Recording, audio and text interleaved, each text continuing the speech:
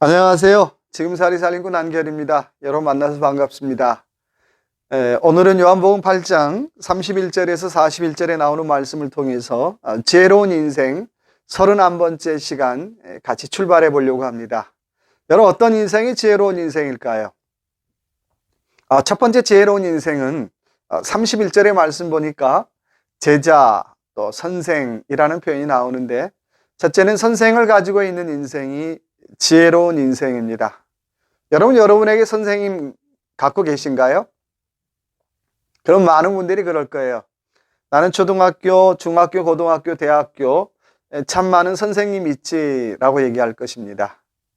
그런데 더 중요한 것은 지금까지 나를 영적으로 정신적으로 끌어줄 만한 그런 선생님, 그런 스승님이 계신가라는 질문이죠. 내가 초등학교를 나오고 중학교를 나오고 고등학교를 나오고 대학을 나와도 또 대학원을 나와도 내 인생을 끌어줄 만한 정신적인 스승을 또 정신적인 선생님을 갖고 있지 못하다면 유감스럽게도 나는 선생님이 있는 것이 아니라고 하는 것입니다. 그래서 지혜로운 인생은 정말 나를 영적으로 정신적으로 끌어줄 만한 그런 선생님 갖고 있는 인생이 지혜로운 인생입니다. 그래서 많은 사람들에게 물어보면 당신 선생님 있습니까? 라고 질문하면 나 있습니다. 또 심지어는 크리스찬들에게 질문하면 예수님이 나의 선생님입니다 라고 대답하는 경우가 참 많습니다. 근데요, 예수님이 나의 선생님이다 라는 분은 다른 말로 말하면 나는 선생님 없습니다 라는 말하고 똑같습니다. 그렇잖아요. 보이지 않는 예수님을 나의 선생님으로 삼는다. 좀 그렇죠. 정말 보이지 않는 예수님을 나의 선생님으로 삼는 인생이라면 보이는 선생님이 있어야 한다는 거예요. 정말 보이는 선생님의 가르침을 받아야 보이지 않는 예수 그리스도의 가르침도 받을 수 있다는 것입니다. 근데 그건 다 빼고요, 나는 예수님이 선생님입니다 라고 얘기를 해요. 근데 그건 아니죠.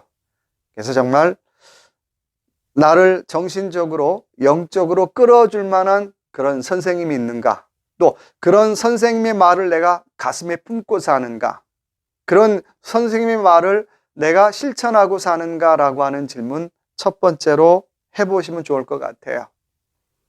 두 번째 지혜로운 인생은 지금 나를 끌고 가는 것이 무엇인가라고 하는 것을 질문해 보시면 좋을 것 같아요. 여러분, 저와 여러분의 지금을 끌고 가는 것의 정체를 알고 계십니까? 우리가 뭐라고 표현하든지 간에 그 정체를 가만히 보면요, 돈이든지요, 명예든지요, 사람이든지요, 그 종류밖에 없어요.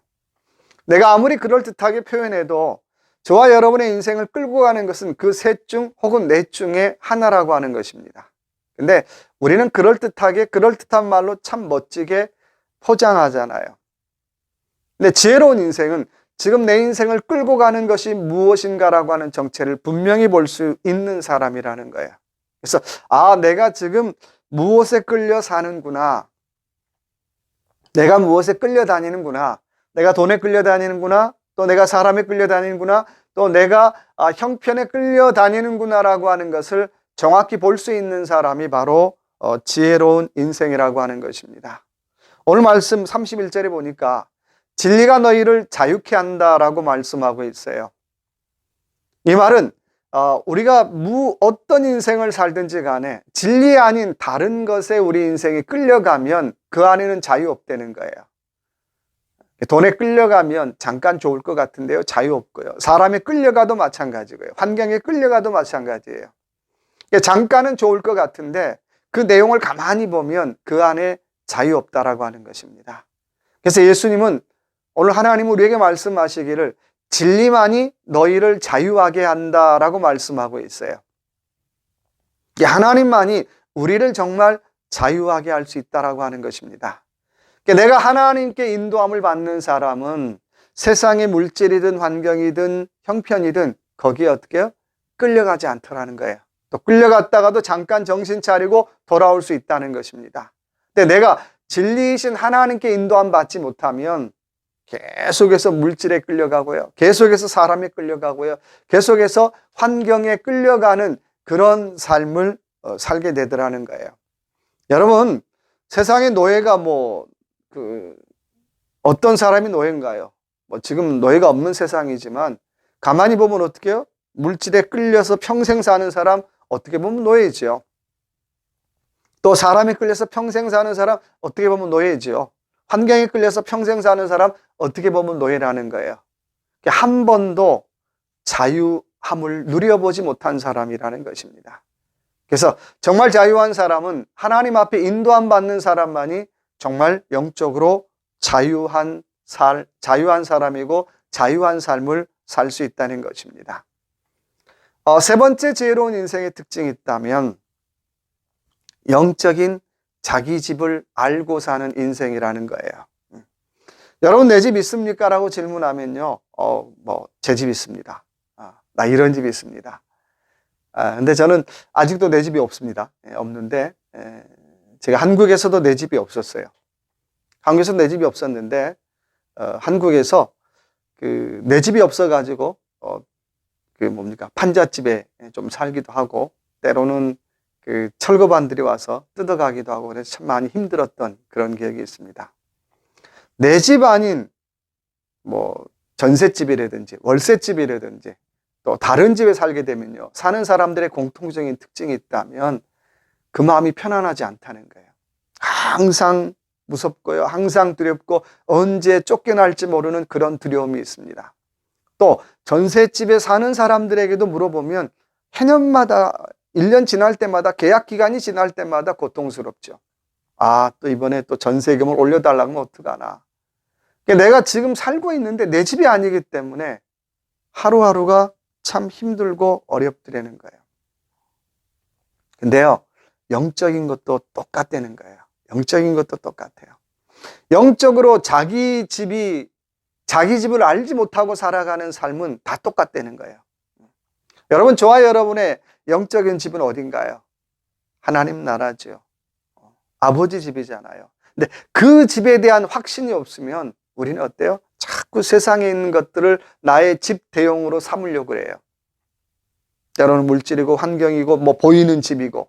그런데요, 그게 임시적이고 잠깐 지나가는 것이라고 하더라는 것입니다.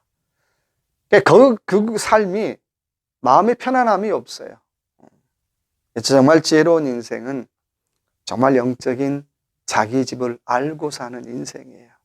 그럴 때 그 사람 뭘 하든지 간에 당당하고요, 뭘 하든지 간에 자유롭고요, 뭘 하든지 간에 마음에 평안함이 있어요. 그렇잖아요.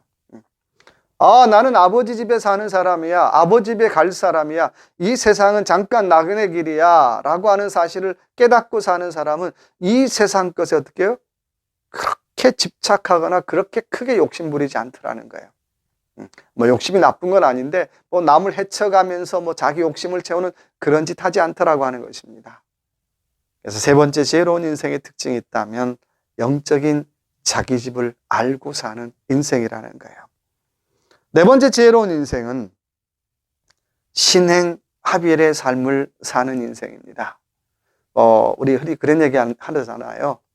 아는 것이 믿는 것이 되고 믿는 것이 행하는 것이 되게 하는 것. 최고의 신앙이 무엇입니까? 라고 질문하면 내가 믿는 것이 어떻게 해요? 아는 것이 되고 믿는 것이 행하는 것이 될 때에 그 사람의 신앙이 최고죠. 당신 왜 이렇게 삽니까? 라고 물어본다면 나 믿는 대로 삽니다. 나 아는 대로 삽니다. 나 믿는 대로 그렇게 행합니다 라고 하는 사람 제일 무서운 사람이에요. 영적으로요. 그렇잖아요. 근데 지혜로운 인생은 바로 이런 신행 합일의 삶을 사는 인생이라는 거예요.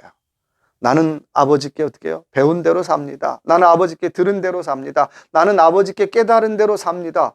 정말 영적인 갑이죠. 38절의 말씀 보니까 이렇게 말씀하고 있어요. 나는 아버지께 들은 것을 행한다라는 표현이 있어요. 누가 당신 왜 그렇게 삽니까? 라고 물어본다면 나 아버지께 이렇게 들었습니다 라고 하는 자신감이 있고 당당함이 있더라는 거예요. 여러분, 지혜는 내가 본 것을 말하고 들은 것을 말하는 거예요. 내가 보지도 않았는데 내가 듣지도 않았는데 말하면 다 뻥이죠. 다른 사람을 통해서 들은 걸 마치 내 것처럼 얘기하는 것도 어때요? 뻥이죠. 영적인 건 특별히 그래요. 다른 사람이 이런 걸 경험했대. 그래서 내가 살짝 듣고 어떻게 마치 내가 경험한 것처럼 얘기하면 어떻게 해요? 뻥이잖아요. 영적인 지혜는, 영적으로 지혜 있는 것은 영적으로 내가 본 것을, 경험한 것을, 들은 것을 말하는 거죠. 그래서 영적인 세계는요, 너무나 무궁무진해요.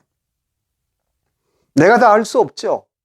하나님은 다 아시겠지만 나는 다 알 수 없고 나는 지극히 일부분만 알 수 있어요. 근데 마치 내가 경험한 것을 어떻게 해요? 다 아는 것처럼, 다 경험한 것처럼, 다 들은 것처럼 얘기한다면 그거 자체도 큰 모순이잖아요. 요즘은 영적인 사기도 굉장히 많죠. 보지도 않았는데 얘기하고요. 듣지도 않았는데 얘기하고요. 경험하지도 않았는데 마치 자기 것처럼 그렇게 얘기하는 영적 사기도 굉장히 기승을 부리고 있더라는 것입니다. 그런데 지혜 있는 인생은 내가 본 것을 말하고요. 내가 경험한 것을 말하고요. 내가 아는 것을 얘기해요. 그리고 어떻게 해요? 내가 모르면 모른다라고 정직하게 얘기하죠.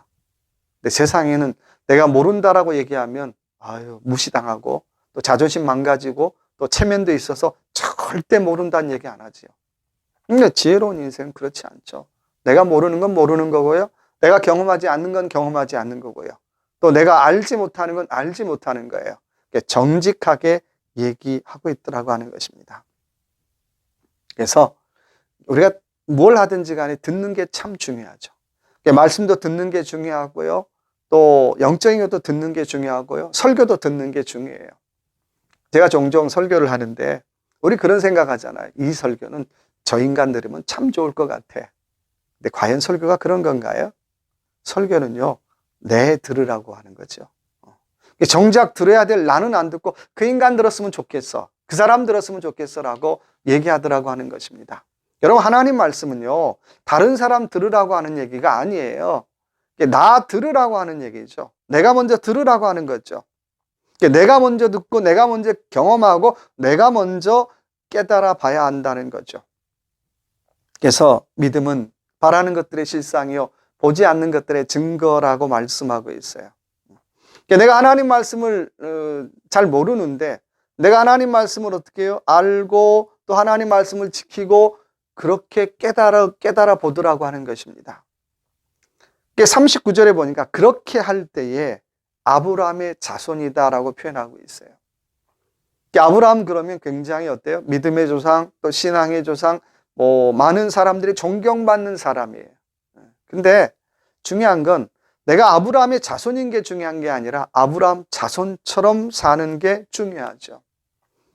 내가 믿는 것도 중요하지만 믿는 사람처럼 어떻게 행하는 것은 더 중요하다는 거예요. 내가 목사인 것도 중요하지만 목사처럼 행하는 건 더 중요하다라고 하는 것입니다.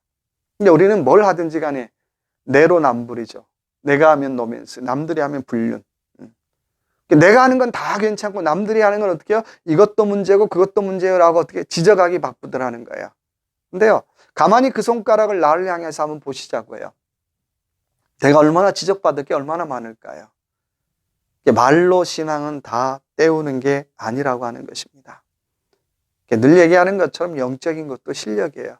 내가 행해본 만큼, 내가 경험해본 만큼, 내가 체험해본 만큼만 내 것이라는 거예요. 안 그러면요, 내가 주워 들어서 인터넷 봐서 그건 어떻게 해요? 잠깐 있지, 그건 내 거 아니라고 하는 것입니다.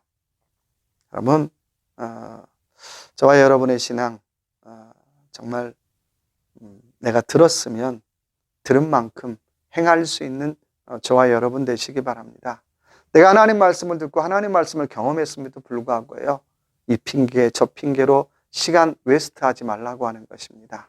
그래서 정말 내가 하나님의 말씀을 듣고 또 하나님의 말씀을 경험하고 하나님 말씀을 내가 깨달았다면 내가 들은 만큼 한 번이라도 행해보고 또 들은 만큼 한 번이라도 깨달아보고 들은 만큼 한 번이라도 실천해 볼 수 있는 그런 지혜로운 인생들 되시길 주님의 이름으로 축원합니다. 감사합니다.